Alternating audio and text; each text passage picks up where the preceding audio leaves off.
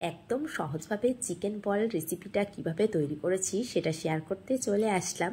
আর এই চিকেন বলটা বানিয়ে একদিন বানিয়ে কিছুদিন স্টোর করেও রেখে দিতে পারবেন।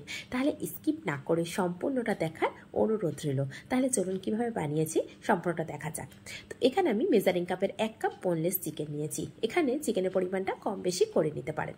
একটা কাঁচা লঙ্কা, 2টো শুকনো লঙ্কা, হাফ চামচ গোলমরিচ গুঁড়ো, স্বাদ অনুযায়ী লবণ, আর দিয়েছি একটা চা চামচের 4/1 ভাগ চিনি, 1 চামচ আদা আর রসুনের পেস্ট, কিছুটা পরিমাণ ধনেপাতা। আর ধনেপাতার পরিমাণটা একটু বেশি দিলে আমার তো মনে হয় ভীষণ ভালো লাগে। দিয়ে দিলাম সয়া সস হাফ চামচ, আর এখন দিয়ে দেবো 2 চামচ কর্নফ্লাওয়ার। এটা দেওয়ার পরে দিয়ে দেবো ব্রেড ক্রাম্বস। যদি হাতের কাছে ব্রেড থাকে সেক্ষেত্রে ব্রেডটাকে ভালো করে একটু ভিজিয়ে জলটাকে ছড়িয়ে দিয়ে নিতে পারেন। তো আমি আজকে চিকেনের এই বলটা রেডি করার জন্য ব্রেড ক্রাম্বসের ব্যবহার করেছি। সবসময় হাতের কাছে ব্রেড ক্রাম্বস থাকে না, সেক্ষেত্রে ব্রেড দিয়ে ব্যবহার করতে পারেন। আর যদি হাতের কাছে ব্রেড না থাকে ব্রেড ক্রাম্বস ব্যবহার করতে পারেন। অপশান হিসেবে দুটোই। তো সেই ব্রেড ক্রাম্বস ব্যবহার করেছি বলে এখানে আমি ছোটো চা চামচে 2 চামচ জল ব্যবহার করেছি। দিয়ে একটা টাইট ডো রেডি করে নিয়েছি। তো এই ডোটা এখন একটা বাটির মধ্যে ঢেলে নেব।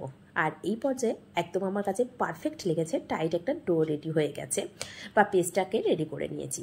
এই পেস্টটা যদি দেখেন একটু নরম আছে সেক্ষেত্রে সামান্য পরিমাণে আরও 1 চামচ কর্নফ্লাওয়ার দিয়ে নিতে পারেন। এতে করে খুব সুন্দরভাবে বলটা রেডি করে নেওয়া যাবে। এখন হাতের মধ্যে আর যে প্লেটটায় রাখবো সেই প্লেটের মধ্যে সামান্য তেল একটু দিয়ে নিয়েছি। এতে করে খুব সহজে চিকেন বলগুলো তুলে নেওয়া যাবে। তো এইভাবে খুব ছোটো ছোটো করে গোল করে আমি বলগুলো রেডি করছি।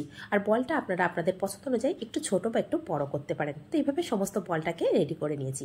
এখন এদিকে একটা কড়া বসিয়ে জল বসিয়ে দিয়েছিলাম আগে থেকে, দিয়ে জলটাকে খুব ভালো করে ফুটিয়ে নিয়েছিলাম। ফোটানোর পরে সামান্যটা যে ছোটো টুকরো চামচ দিয়ে তুলছি দেখছেন না, এটাকে দিয়ে দেখলাম যে ঠিকঠাক পারফেক্ট হয়েছে কিনা, বলটা ছেড়ে যাচ্ছে কিনা। তো একদম পারফেক্ট হয়েছে। সেই পর্যায়ে আমি এখানে প্রত্যেকটা চিকেন বল দিয়ে দিয়েছি। দিয়ে জলে যখন সব চিকেন বলটা দিয়েছি জল ফোটাটা কিন্তু বন্ধ হয়ে গেছে। এখন হাই ফ্লেমে দিয়ে আমি খুব ভালো করে ফুটিয়ে নিচ্ছি। আর বলগুলো যখন দেখবেন জলের উপরে ভেসে উঠেছে তখন সেই পর্যায়ে বলগুলোকে তুলে নিতে হবে। তুলে নিলে একদম পারফেক্ট চিকেন বল কিন্তু রেডি হয়ে গেছে। এখন এটাকে সামান্য তেলে ভাজা করে এটাকে সার্ভ করতে পারেন। তো আমি এটাকে স্টোর করে রেখে দেবো, সেই জন্য তেলে ভাজা করলাম না, আর মাঝখান দিয়ে দেখিয়ে দিচ্ছি যে কতটা সফট হয়েছে।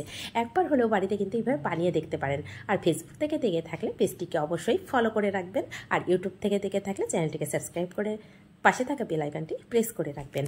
যখনই কোনো নিত্য নতুন রেসিপি আপলোড করব সবার আগে পৌঁছে যাবে আপনাদের কাছে। তাহলে রেসিপিটা কেমন হয়েছে অবশ্যই কমেন্ট করতে ভুলবেন না।